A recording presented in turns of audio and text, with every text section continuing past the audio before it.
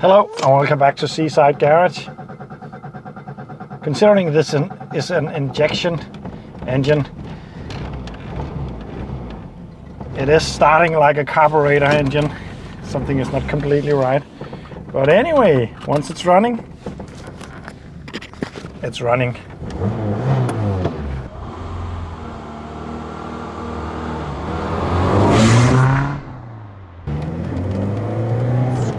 This is my Citroen Visa GTI, and it's a very, very nice car, and I have been driving it for quite a lot.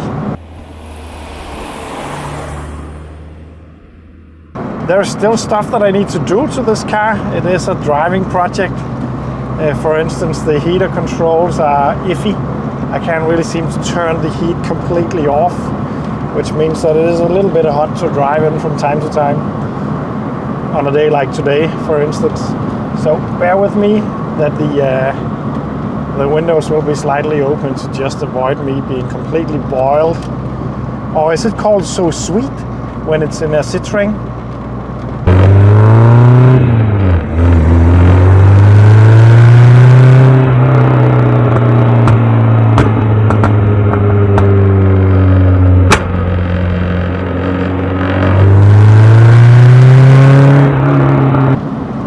I bought this car as a project car some years back.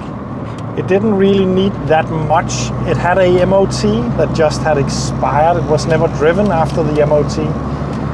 I am slightly unsure how it was MOT'd, probably because the MOT man didn't notice, but it had some serious rust issues, which I was told about before I bought it. It wasn't a surprise, but the rear axle was not really attached right, and I had to do a lot of welding to that. The real issue that we are here to try to solve is this.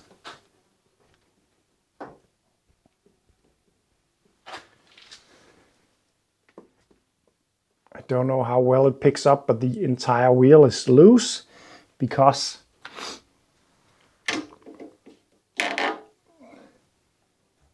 that the rear axle right there is not really connected to the car anymore, so it's only connected at the strut tower and in the middle and over there, which is not good enough. The clip you just saw is from the video where I remedied that rust issue.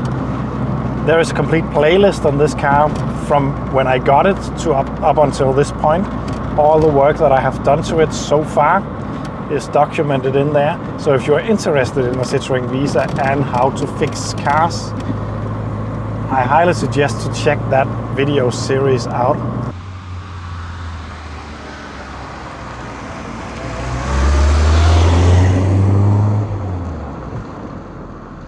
So if you know the 205, this engine looks pretty much the same. The big aluminum intake, the slanted back engine, and the spider web of wires and hoses. The engine is all aluminum, 8 valve, and then there is this.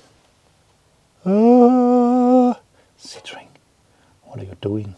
We're talking the late 80s. I love GTI cars from the 80s and 90s, and I really wanted to get this one back on the road since I was only driving big luxury barges at the time when I started to work intensely on this one.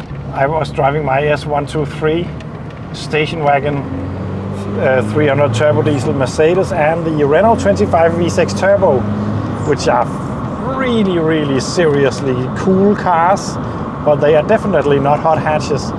So it was nice to get this one out on the road.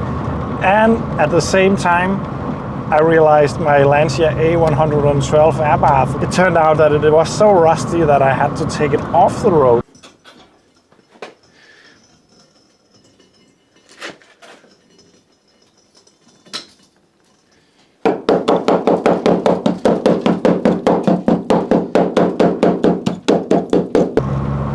The Citroen Visa GTI is not that known. It's a bit of a rare GTI. It's very, very closely related to the 205 GTI, which is not rare or unknown. It's probably the most iconic GTI in the world, next to the Golf GTI, the Golf 1 GTI. But this is pretty much the same as the 205, except the body is different. Of course, this is a 5-door, which is quite a big difference. And also the rear axle is different. So this does not have the same issues with oversteering as the 205 got. I'm calling it an issue because it's also what makes the 205 legendary. It is tail happy if you let go of the throttle midway in a midway corner. And the front end is really awesome on the Visa. I really like the twin lights, especially when the lighting inside of them are yellow. It fits the Citroen perfectly, and it's a very, very sporty and aggressive look, I think. And there's a decent amount of space considering what this is. This even got a holder for the fire extinguisher that you need in a car like this. I love this fabric. It's wool. It's very, very high quality and a very Citroen way of doing it, I think. A leather strap in the middle and then this checkered wool fabric. It's lovely.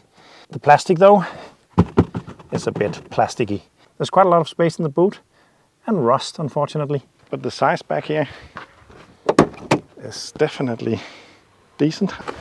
And the interior, from the driver's perspective, we got oil pressure, fuel gauge, rev counter, oil temperature and water temperature.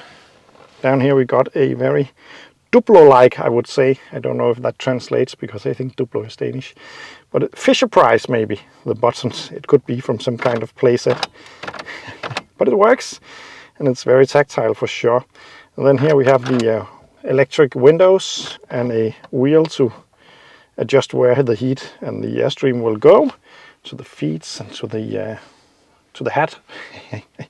Heater controls down here, and a radio, which is not there, a clock, and the shifter diagram.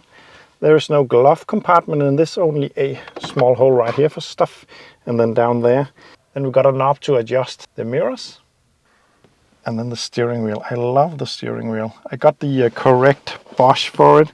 This one I think is homemade. It looks that way at least. But I actually like it. I actually got an entire extra steering wheel for this, which is nice to have. This one, although, got the 1.9 engine, which this was never born with. This was born with the 1.6. Like the 205, also had a 1.6 with 150 horsepower, 15 horsepower. And then later on came the 1.9 205. The Visa never came in a 1.9. This one got a 1.9 engine due to an engine swap at some point.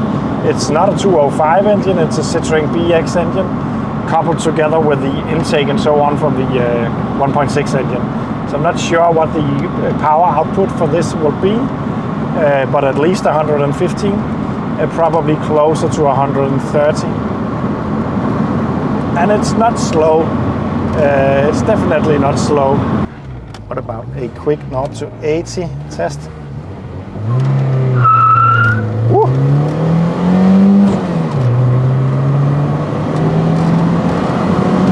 That's 80. Sorry for the wheel spin, that wasn't really intended. But there is a lot of torque in this engine. That's what I really like about it. I drove this the same day as I drove a 106 Rally, and it's just two completely different beasts. This got the power line down low. The 106 got nothing down low. That's a very, and I'm talking about the 1.3 by the way. The 1.6 Rally got something down low. The 1.3, nothing. But this one got a lot of low-end torque, and it will spin its tire quite easily. Also in the second gear if it's just a little bit slippery. The speedometer is 10 kilometers per hour off. So when it reads 80, I'm doing 90. So the 1 to 80 test stopped at 70 for that exact reason.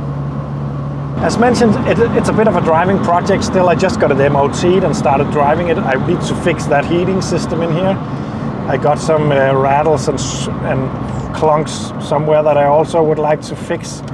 And there's also something up with the engine, because this is an injection engine, but it pops and bangs in the exhaust, which it is not really supposed to do. Will I fix it? I'm not sure, because it's lovely.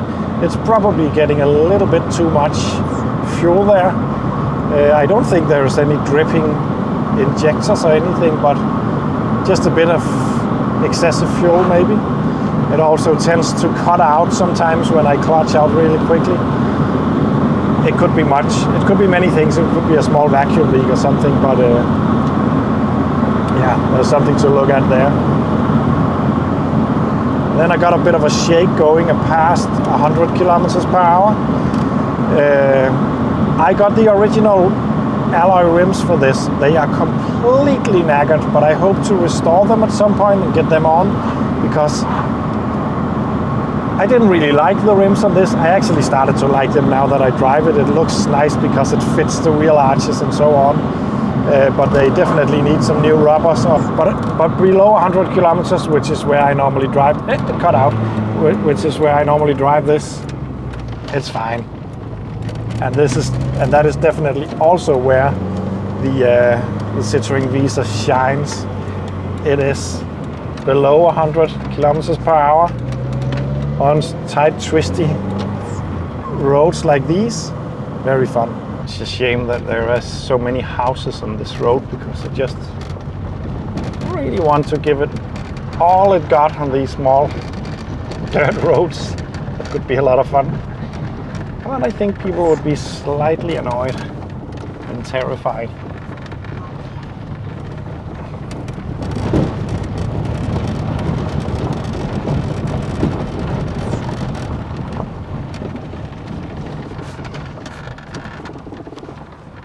It's cut out again.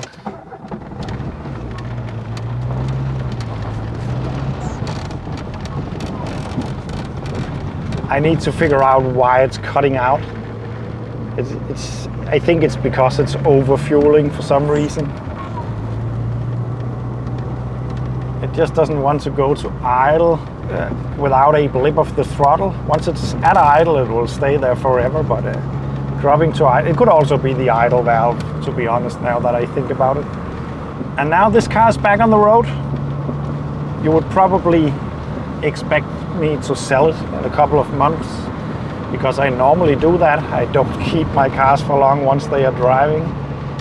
I'm unsure about this one, to be honest. I have a feeling that this could stay here for a long time. It is exactly what I like. It's something that I will never get the chance to own again if I sell it. And it's just awesome. So I could really imagine this being in the collection for a bit longer than what normally happens. And again, it's getting worse.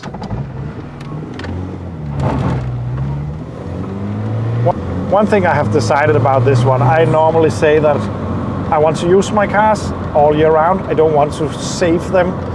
This one though, I'm gonna keep it out of the salt. I'm gonna keep it out of the snow. I don't want it to rot away. This is really a candidate for fast rusting. There is some flash rusting going on all over the place. It's very thin metal, and I can just see this car starting to rust extremely quickly if you put it into the bad stuff. So I'm not gonna do that. I'm gonna store this away in my storage when the winter comes. There's another good thing about that also, and that is that it's very, very, very nice to take a car like this out on the road again in the spring. Immediately fall back in love with the cars if I haven't driven them for a while. So that's another positive thing.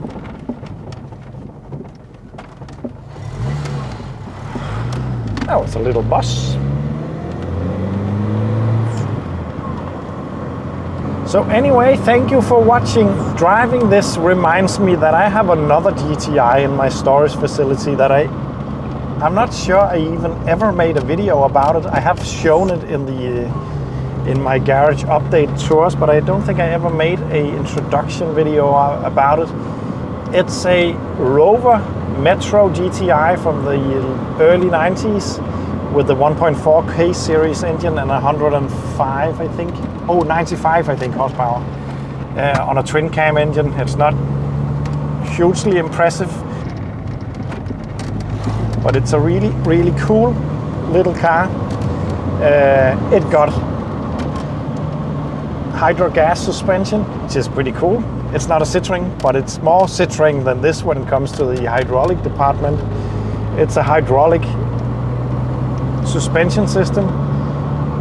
It's very, very ruddy. It's extremely rusty. The entire roof is not really being roofy. I need to do a lot of welding to that car, and also it's the K-series engine, which is notorious for head gasket failures. Actually, very often it's a rubber O-ring on the head gasket, and not exactly a head gasket failure, but it will end up the same. I got the engine started when I bought it, and that thing probably happened instantly. At least it just completely filled all the coolant into the oil instantly. I drained the coolant and the oil, added new oil, but I expect the engine to need quite a lot of work. Anyway, I just started talking about something completely different. Thank you for watching this video. Expect to see more of this car in the future. There is stuff I need to fix, there is stuff I need to do. I'm very proud to own this car, and it's just straight up my alley, I think is the right word to use. Thanks for watching. Don't forget you can support me. There is a Patreon link down below. That way you can help me make these videos. You can also go ahead and buy some merchandise. For instance, a t-shirt with the AZU on it. There's a link for that also in the description. And see you in the next one.